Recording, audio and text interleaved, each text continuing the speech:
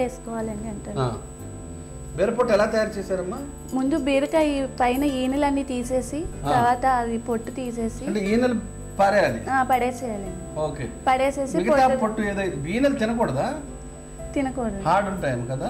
ఈనెలు అంటే జాగ్రత్తగా దాన్ని కత్తితో, దాన్ని సెపరేట్ కత్తి పీలర్తో వచ్చేస్తుంది. పీలర్తో చక్కగా ఈనెలు పీకి పారేసి మిగతా గ్రీన్ ఎలిమెంట్ ఏదైతే ఉందో అది తీసుకున్నారు, ఆ పొట్టు వరకు తీసుకున్నారు. దాన్ని మిక్సీ చేసామండి. మిక్సీ చేసాక దానిలో కొంచెం ఎక్స్టెన్షన్ వాటర్ వస్తుంది, ఆ వాటర్ అంతా తీసేసి ఆ పొట్టు మాత్రమే ఉంచుకోవాలి. ఓకే, వేయండి. బీరపొట్టు తీసుకున్నామండి. తర్వాత బీరకాయ ముక్కలు వేసుకోవాలండి. ఓహో, అంటే బీరకాయ మీద మనస్సు ఫుల్ ఉంది ఇంకా మీకు. నేనేమో పొట్టే ఉంటుందేమో అనుకున్నాను. ఓకే ఓకే, రైట్ అమ్మా. బీరకాయ ముక్కలు వెరీ నైస్. మనం బీర కట్లెట్ అంటే సరిపోయేదేమో. అయితే పొట్టు యూజ్ చేస్తున్నాను. పొట్టులో ఫైబర్ ఎక్కువ ఉంటుంది కదా. అవును, చాలా ఫైబర్ ఉంటుంది. ఫైబర్ కోసం మనకి ఈరోజు కావాల్సిందే ఫైబర్, పీచు. మనకి పొట్టకి పీచు ఎంత ఉపయోగమో ఈ మధ్య ఇంకా చెప్పనలవి కాదు. వేయండి అమ్మా. ఓకే, బీరకాయ ముక్కలు, రైట్. బీరకాయ పొట్టు తీసుకున్నాము, బీరకాయ ముక్కలు తీసుకున్నాం అమ్మా. తర్వాత ఉల్లిపాయ ముక్కలు వేసుకోవాలి. చాలా ఫైబర్ ఎలిమెంట్ ఉందన్నమాట ఇందులో. బీరకాయ కూడా నిజానికి చాలా సాఫ్ట్గా ఉంటుంది, పొట్టకి చాలా తేలిగ్గా వాడే ఆహార పదార్థాల్లో మనకి బీరకాయ కానీ, సొరకాయ కానీ, పొట్లకాయ కానీ ఇలాంటివి రోజు తింటే ఇవి వాటర్ బేరింగ్ కాబట్టి ఇవి నీటిని పట్టి ఉంచుతాయి. కాబట్టి మనం ఏం తిన్నా కూడా దాంతో పాటు సులభంగా జీర్ణం అయిపోతుంది. నెక్స్ట్ ఏంటమ్మా? ఉల్లిపాయలు వేసాము, తర్వాత క్యారెట్ వేసుకోవాలి. ఓకే, బీరకాయ పొట్టు, బీరకాయ ముక్కలు, క్యారెట్, ఉల్లిపాయలు వేసామమ్మా. నెక్స్ట్ ఏంటి? నెక్స్ట్ కొత్తిమీర వేసుకోవాలి. వేయండి.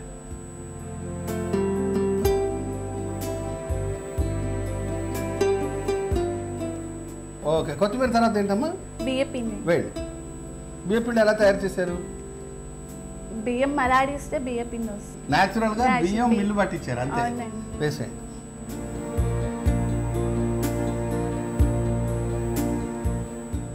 బియ్యపిండి తర్వాత శనగపిండి వేయండమ్మా. తర్వాత కార్న్ఫ్లోర్ వేసుకోవాలి. ఓకే, కార్న్ఫ్లోర్ వేయండి.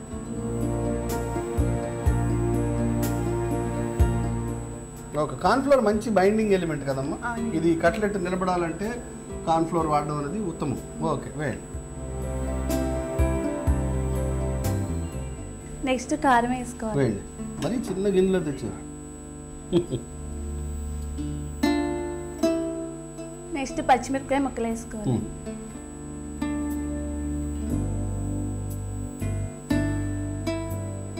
లాస్ట్ అండ్ ఫైనల్ ఉప్పు ఒకటే మిగిలింది, వేసేయండి అమ్మా.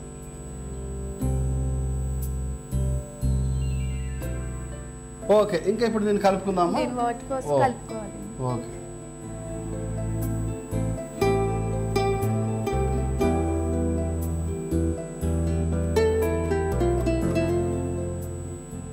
ఓకే. అంటే మీరు ఇప్పుడు కట్లెట్ తయారయ్యే లోపల మనం డీప్ ఫ్రైకి నూనె వెచ్చబెడదామమ్మా.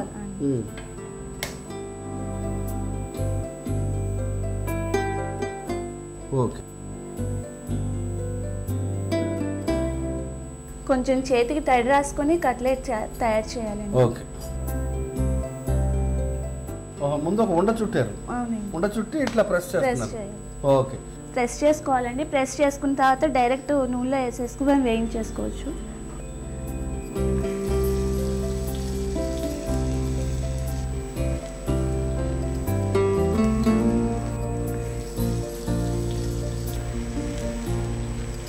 ఒక పక్క వేగిపోయిందండి, రెండో వైపు తిప్పుతున్నాను.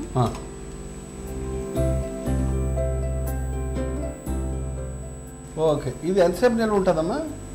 ఇవి 2 days ఉంటాయండి. వీటిని సాస్తో తినొచ్చు. సాస్ బాగుంటుందా? కొబ్బరి చట్నీ కూడా బాగుంటుందా? సాస్ అయితే బాగుంటుందండి. స్నాక్స్లో తినొచ్చు, రైస్లో కూడా తినొచ్చు. మామూలుగా అంటే కర్రీ లాగా సపోర్ట్ వస్తుంది. అవునండి, కర్రీలో కూడా తినొచ్చు. ఇప్పుడు వీటిని ప్లేట్లో తీసుకోవాలండి.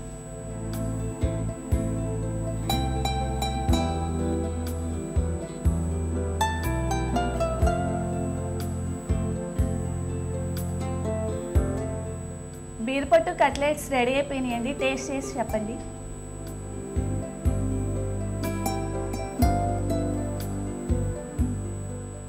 ఆహా